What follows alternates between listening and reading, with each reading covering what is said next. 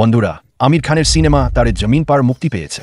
সিনেমাটা দারুণ, কিন্তু একটা ব্যাপারে আমার আপত্তি হয়েছে। সিনেমা মুক্তির আগে এই আর্টিকেলটা দেখো। ভারতের সেন্সর বোর্ড আদেশ দিয়েছে যে সিনেমা শুরু হওয়ার আগে প্রধানমন্ত্রী নরেন্দ্র মোদীর একটি উক্তি যোগ করতে হবে। ভাবো তো, যার রাজনীতির সাথে কোনো সম্পর্ক নেই, সেই সিনেমাতেও জোর করে মোদীকে ঢুকিয়ে দাও। ঠিক যেমন আজকাল ঝড়ের চেয়ে বেশি সিনেমা যা সিনেমা হলে মুক্তি পায় তাতে বিজেপির প্রচার ঠাসা থাকে। তোমরা একটা নিরপেক্ষ সিনেমাকেও ছাড়োনি, এখানেও মোদীকে ঢুকিয়ে দাও।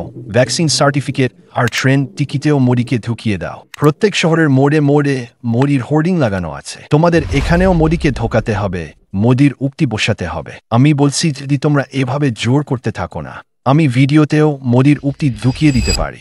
আমাদের সমস্যা ছিল আবহাওয়া খারাপ হয়ে গিয়েছিল, অনেক বৃষ্টি হয়েছিল। আগে দুটি বিষয় আছে, এক গোপনীয়তা,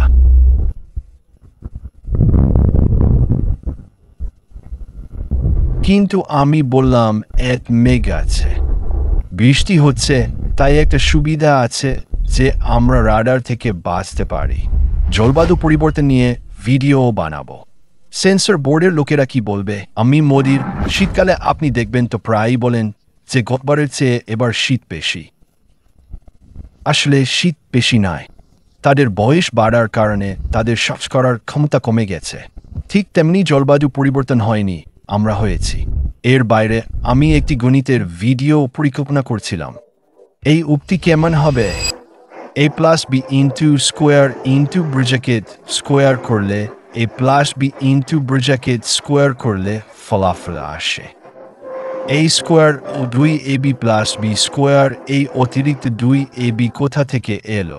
ভারত এবং কানাডা যখন মেলে তখন অতিরিক্ত 2ab বের হয়। ভালো লাগবে না, তাই ঠিক হয়ে যাও সেন্সর বোর্ডের লোকেরা। সবকিছুতে প্রচার ঢোকানোর দরকার নেই। দেশকে উত্তর কোরিয়া বানিও না।